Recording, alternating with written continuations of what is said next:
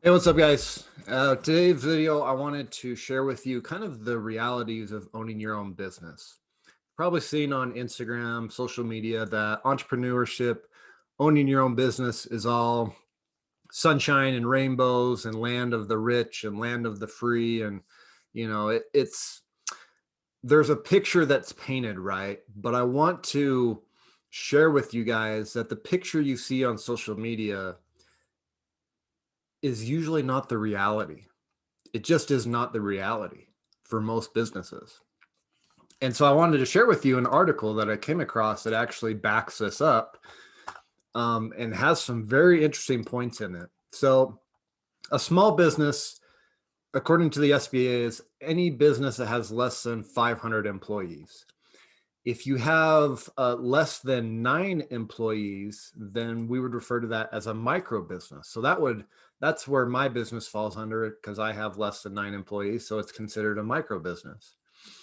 So here's the reality, guys. There's some great statistics here. You can go to this website, smallbizgenius.net, and there's some statistics here that were put out in January of 2021. So this article is about 6 months old at the time of this recording. So we've defined what small business is. Half of small businesses operate from home. I can tell you that's the case for me. Something that's interesting here, 19% of small business owners work over 60 hours a week. I would actually argue that it might be more than that. I can tell you for sure that, especially in the beginning, there were some weeks I was doing this for sure.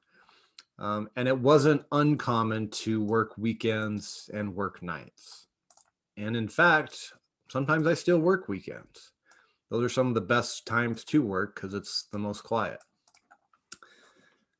But if you're not willing to work weekends or work nights, then you may want to consider if owning your own business is for you.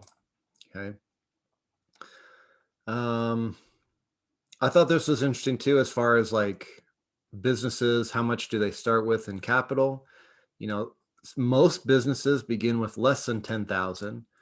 Micro businesses, so less than 9 employees, can usually get off the ground with less than 3,000, which is very true.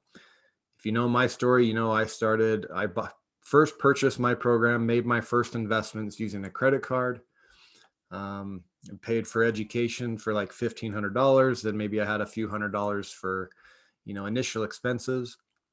And I worked overtime to pay off that credit card. So my business, I can tell you, was also started with less than $3,000 in capital. Small business revenue statistics. Okay, here's the reality, guys. And this is sobering, but I do believe this is the truth according to these statistics.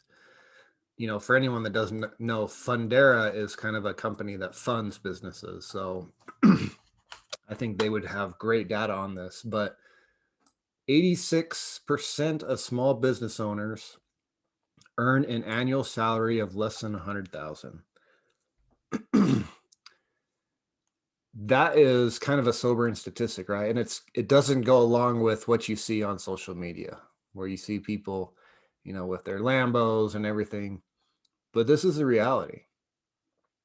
I can tell you, in my experience, from the time I started learning my industry, when I started learning about overages and surplus funds and implementing it, it took me several years to reach the $100,000 point. Okay. If you know my story, I got started in 2014. I started out part-time while I was working at the prison. In 2017, I quit my job at the prison to go into overages full-time. By the end of 2018, I had cleared and made over 100K.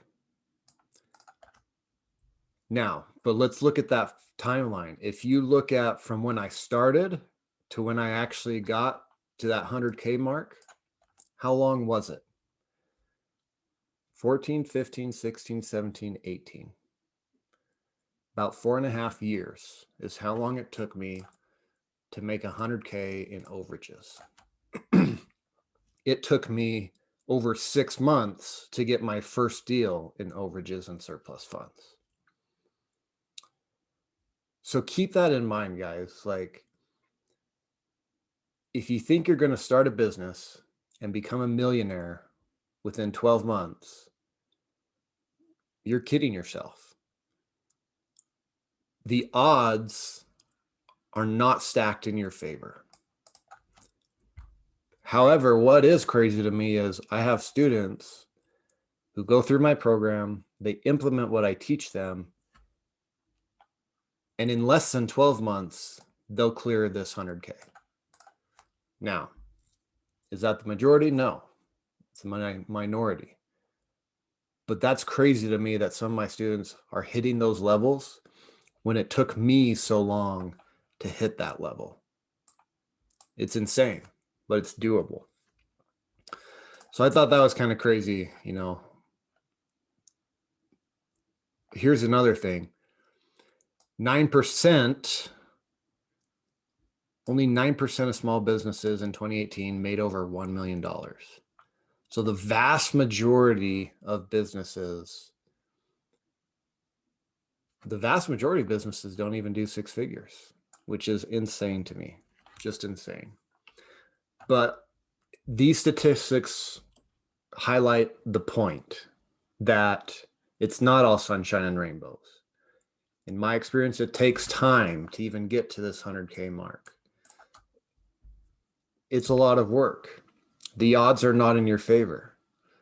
I've been extremely fortunate that I was even able to hit this mark. You know, by the end of 2019, my business did close to 400K. And that's just an overage deal. So I guess the point I'm trying to make, guys, is just be aware of the reality of owning your own business. Okay. There's another person, if you own a business or you're looking to go into business and you don't follow this guy, Andy Frisella, then you really need to follow him. Because he tells you the truth about what it takes in order to succeed in business. You know, this is a picture of one of his early stores. This picture was taken 6 years into his business. He started a supplement store, a nutrition company. Now he owns several companies. He's a multimillionaire, you know, but before all of that happened, him and his partner would live in the store, and he tells the story of how they would make $600 on average a month. They had to work other jobs just to keep this business going. And they did that for a long, long time. Yes, now they're multimillionaires, but it took them years to get to that point. So it's just really important to keep this in mind. Now, the good thing is you don't have to go full out. You can always start part-time, right? Like I did. But just know that the reality is most businesses, they really don't make that much money. Only 40% of small businesses are even profitable. Only half will survive for more than 5 years. And the majority of businesses fail because of inconsistent or insufficient cash flow. And so this is the biggest killer of businesses. And I wanted to highlight this as well and just share with you what has helped me overcome this problem. Okay. If you go into business for yourself, there are 2 skills that you need to develop so that you do not encounter this problem. Okay. Those 2 skills are the following. Skill number 1 is you need to learn how to acquire leads. Okay. This could also be known as marketing. Marketing, in the simplest of terms, is just sharing with people what you do for a living. It's sharing how you help people, how you serve people, what you can do for them. That's marketing. So that's skill number one, is you need to learn marketing and be able to get leads on demand. Number two is you need to be able to turn those leads into customers that pay you money. Okay. This is also known as sales. Okay. And sales, another word for sales is service. Basically, what you do is a handful of people, when they hear about what you do, a handful will raise their hand and say, I'm interested. At that point in time, once they say they're interested, what you need to do is you need to provide them a service, a product, something that helps them, something that solves a problem, helps them save money, helps them make money, helps them save time, helps them overcome an issue in their relationships and their health, whatever it is. It can be anything. But as long as it helps and serves that person, then those people then become customers and they will give you money. And as long as you can do that, as long as you can do these two things somewhat decent, your business will be okay. Because as long as you can get leads and you can turn those leads to customers, then you're not going to have cash flow problems and your business isn't going to die. If you're only good at one of these, then your business might die. If you're not good at any one of these, or you don't become somewhat good at both of these, then your business is probably going to die. Okay. So that's been my experience as far as, right now I'm in year 7 of being in business. And again, I started part-time, so maybe we only count the years I've been in full-time. If we do that, then I'm coming up on, let's see, 18, 19, 20, 21. So it'll be 4 years that I've been in business full-time this fall of 2021. So I'm kind of still in that danger zone, right? That 5-year zone. But again, guys, these two skills, marketing and sales, learn to get leads, learn how to turn them into customers, and your business won't die because of cash flow issues. So yeah, anyway, hopefully this helped you guys, kind of some of these statistics and just knowing the reality, guys. Like, if you want to learn more, I'll post a link to this article down below. But just know, guys, that, like, number one, just to recap, having your own business and being an entrepreneur is not all sunshine and rainbows, and it's not all glorious like you may see people portray it to be. It takes a lot of hard work to be successful in business. However, I can tell you that it is well worth it. At least it has been in my case. It is extremely nice and beneficial to be able to control your schedule, to control your income, to be able to go do the things that you want to do when you want to do them. It's a nice lifestyle for sure. But in order to have that lifestyle, it requires a tremendous amount of work and sacrifice on your part. At least, especially in the beginning. In the beginning, it's extremely tough.